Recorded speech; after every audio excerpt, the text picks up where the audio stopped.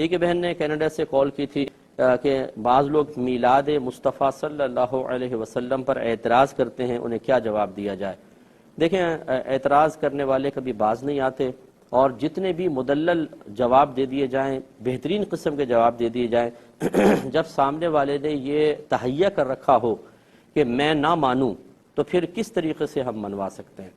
تو آپ کی سے بھی میری گزارش ہے کہ کسی سے بحث کرنے کے بجائے آپ اسے تھوڑے دلائل بتا دیں، اگر وہ قبول کرتا ہے ٹھیک، نہیں مانتا تو ہمارا کام بتانا ہے، منوانا نہیں۔ میلاد مصطفیٰ صلی اللہ علیہ وسلم نبی کریم صلی اللہ علیہ وسلم کی ولادت کی خوشی کے اندر منائی جاتی ہے، اور خوشی کے لیے اللہ تعالیٰ نے خود قرآن میں اجازت دی ہے۔ قل بفضل اللہ وبرحمتہ فبذلک فلیفرحوا، اے حبیبہ فرمائیے کہ انہیں چاہیے کہ اللہ کے فضل اور اس کے رحمت پر خوشی منائیں۔ اور دوسرے مقام پہ وَأَمَّا بِنِعْمَةِ رَبِّكَ فَحَدِّثْ، اور اپنے رب کی نعمت کا خوب چرچا کرو۔ دونوں چیزوں کو اگر آپ ملا لیں تو اللہ کی نعمت جب ملے، اللہ کا فضل، اللہ کی رحمت حاصل ہو، اس پر خوشی منائیں اور اس کا اظہار بھی کریں۔ تحدیث نعمت کا مطلب ہوتا ہے نعمت کا اظہار کرنا، خود قرآن میں اللہ تعالیٰ بیان فرما رہا ہے۔ اب اس کا انداز کیا ہونا چاہیے؟ کیا قرآن نے مقید کیا ہے؟ اللہ تعالیٰ نے اجازت دی ہے کہ خوشی منائیں، اپنی نعمت کا اظہار کریں، لیکن کس طرح کریں مقید نہیں کیا، تو اب ہم جیسے چاہیں کریں، بس ناجائز حرام نہیں ہونا چاہیے۔ کہ اللہ تعالیٰ نے اپنے فضل، اپنی رحمت پر خوشی منانے کی اجازت دی ہے، اور نعمت کو عام کرنے، اس کا چرچا کرنے کا حکم ارشاد فرمایا ہے۔ اب اگر ہم ایک عام امتی سے کویسچن کریں کہ بتائیے کہ اللہ تعالیٰ کی عطا کردہ سب سے بڑی نعمت کیا ہے، اس کی نعمت کا سب سے عظیم ظہور کیا ہے، اللہ تعالیٰ کا سب سے بڑا فضل کیا ہے، تو میرے خیال میں اگر ادنا سے بھی سمجھدار ہوگا کہے گا کہ ہمیں نبی کریم صلی اللہ علیہ وسلم کی امت میں اللہ نے پیدا کیا، یہ اس کا سب سے بڑا فضل و کرم ہے، پھر مسلمان بنایا، پھر اہل محبت میں سے بنایا۔ تو گویا کہ نبی کریم صلی اللہ علیہ وسلم کا ہمیں مل جانا، بحیثیت نبی کے ان کا ہمیں ملنا، اور ہمارا ان کا امتی ہونا، یہ اتنا بڑا فضل ہے، اتنی بڑی رحمت ہے، اتنی بڑی نعمت ہے کہ میں قسم کھا سکتا ہوں اس پر کہ انشاءاللہ جب آپ بروز قیامت پہنچیں گے تو پھر آپ کو اندازہ ہوگا کہ جس نعمت کی ہم نے اتنی قدر نہیں کی، وہ واقعی کتنی بڑی نعمت ہے، اور کس طریقے سے نبی کریم صلی اللہ علیہ وسلم کی نسبت کی برکت سے ہر شخص کو، ہر امتی کو پروٹوکول ملے گا، اس کا ہم اندازہ نہیں کر سکتے۔ رحمت کونین صلی اللہ علیہ وسلم فرماتے ہیں کہ خدا کی قسم، جب تک میں جنت میں داخل نہ ہو جاؤں، پچھلے تمام نبیوں پہ جنت حرام ہے، اور جب تک میری ساری امت داخل جنت نہ ہو جائے، پچھلی امتوں پہ جنت حرام ہے۔ جو پہلے آئے ہیں وہ بعد میں جائیں گے، اور جو بعد میں آئے ہیں وہ پہلے جنت میں جائیں گے، اور بہت ہی عزت اور احترام کے ساتھ۔ تو جب ایک گھر میں بچہ پیدا ہوتا ہے، ہمارا ملک آزاد ہوا، کسی بڑی شخصیت کا یوم پیدائش ہوتا ہے، تو ہم خوشی کا اظہار کرتے ہیں، کیونکہ ایک فطری تقاضا ہے۔ تو پھر نبی کریم صلی اللہ علیہ وسلم جو اتنی عظیم نعمت ہمیں ملی ہے، اس پر خوشی کا اظہار کرنا کیسے منع ہو سکتا ہے؟ میں ایسے لوگ جو 12ویں شریف کے منانے کے قائل نہیں ہیں، اس کو ناجائز کہتے ہیں، میں اتنی گزارش کرتا ہوں کہ چلیں اتنے پہ تو آپ اتفاق کریں گے نا کہ نبی کریم صلی اللہ علیہ وسلم جس تاریخ میں پیدا ہوئے، ہمیں فطری لحاظ سے کم از کم خوشی محسوس ہونی چاہیے، کم از کم خوشی محسوس ہونی چاہیے۔ اپنے دلوں سے سوال کریں کہ کیا آپ کو اس پیدائش پہ کم از کم خوشی محسوس ہوتی ہے کہ اللہ نے اتنی بڑی نعمت اسی تاریخ میں عطا فرمائی تھی؟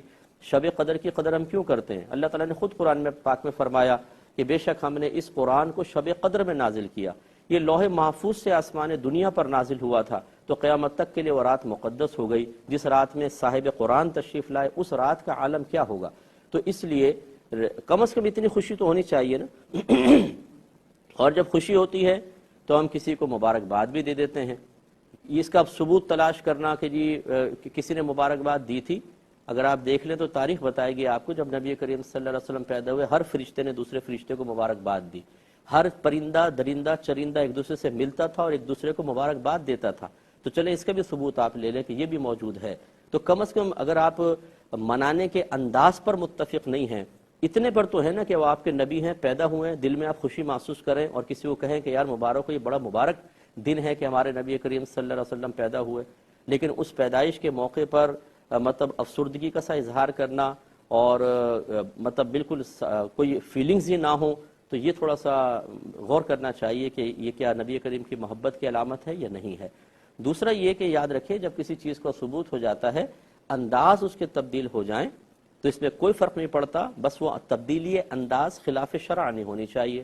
نبی کریم صلی اللہ علیہ وسلم کے دور میں جس انداز سے شادی ہوتی تھی کیا اب ہو رہی ہے ویسی؟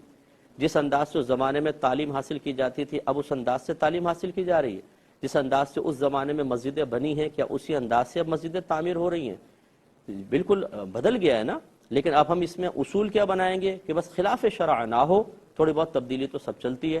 تو پھر اسی طریقے سے اگر نبی کریم صلی اللہ علیہ وسلم کی خوشی منانا جو قرآن میں مطلقاً اجازت دی گئی ہے، کچھ مسلمان اس کے طریقے اختیار کرتے ہیں، جو ان میں غلط طریقہ ہے اسے ہم خود غلط کہیں گے، اور جو جائز طریقے ہیں اسے غلط کہنے والا خود غلط ہوگا۔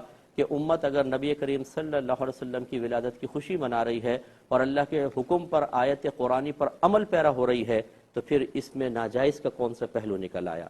تو اس لیے سمجھنا چاہیے اس کو۔ تو میں آپ سے گزارش کرتا ہوں، جس بہن نے کال کی تھی، کہ یہ سمجھانا مطلب اس وقت نافع ہوتا ہے جب سامنے والا کسی اور سوچ کے تابع ہو کر مفلوج نہ ہو چکا ہو۔ جس کی سوچ مفلوج ہو جائے وہ کبھی قبول نہیں کرتا۔ جو مطلب کسی کے تابع ہونے سے ذہن کو ہٹاتا ہے اور پھر حق کو تلاش کرنے کی کوشش کرتا ہے، ہدایت اسی کو حاصل ہوتی ہے۔ ہم اصل میں پہلے ہی کسی کے تابع ہوتے ہیں۔ جتنے لوگ ناجائز کہہ رہے ہیں ان کو سامنے بٹھا کے کویسچن کر لیں تو گڑبڑا جائیں گے، جواب نہیں دے پائیں گے، لیکن آخر میں نتیجہ یہ نکلے گا نہیں ناجائز ہے، کیوں؟ ہمارے بڑوں نے کہا ہے۔ تو بس جس سے بھی سنا اس چیز کو اپنے ذہن میں بٹھا لیا، اس کے بعد کوئی حق کو قبول کرنے کے لیے تیار نہیں۔ اور یہ میرا ہر جانب میری یہ قول ہے، اگر کوئی شخص ایسا ہے جو میلاد مناتا ہے اور اس نے کوئی بات سن کر غلط چیز کو اپنے ذہن میں بٹھا لیا، اسے بھی چاہیے کہ حق کو قبول کرے۔ کتنی خرافاتیں آج میلاد کے نام پر رائج کر دی گئی ہیں، ان چیزوں کو ختم ہونا چاہیے۔ تو خلاصہ کلام یہ ہے کہ میرے خیال میں اگر کوئی دیانت دارانہ انداز سے میلاد مصطفیٰ صلی اللہ علیہ وسلم کے معاملے پر غور و تفکر کرے تو اس میں ناجائز کا پہلو اس کو نظر نہیں آئے گا۔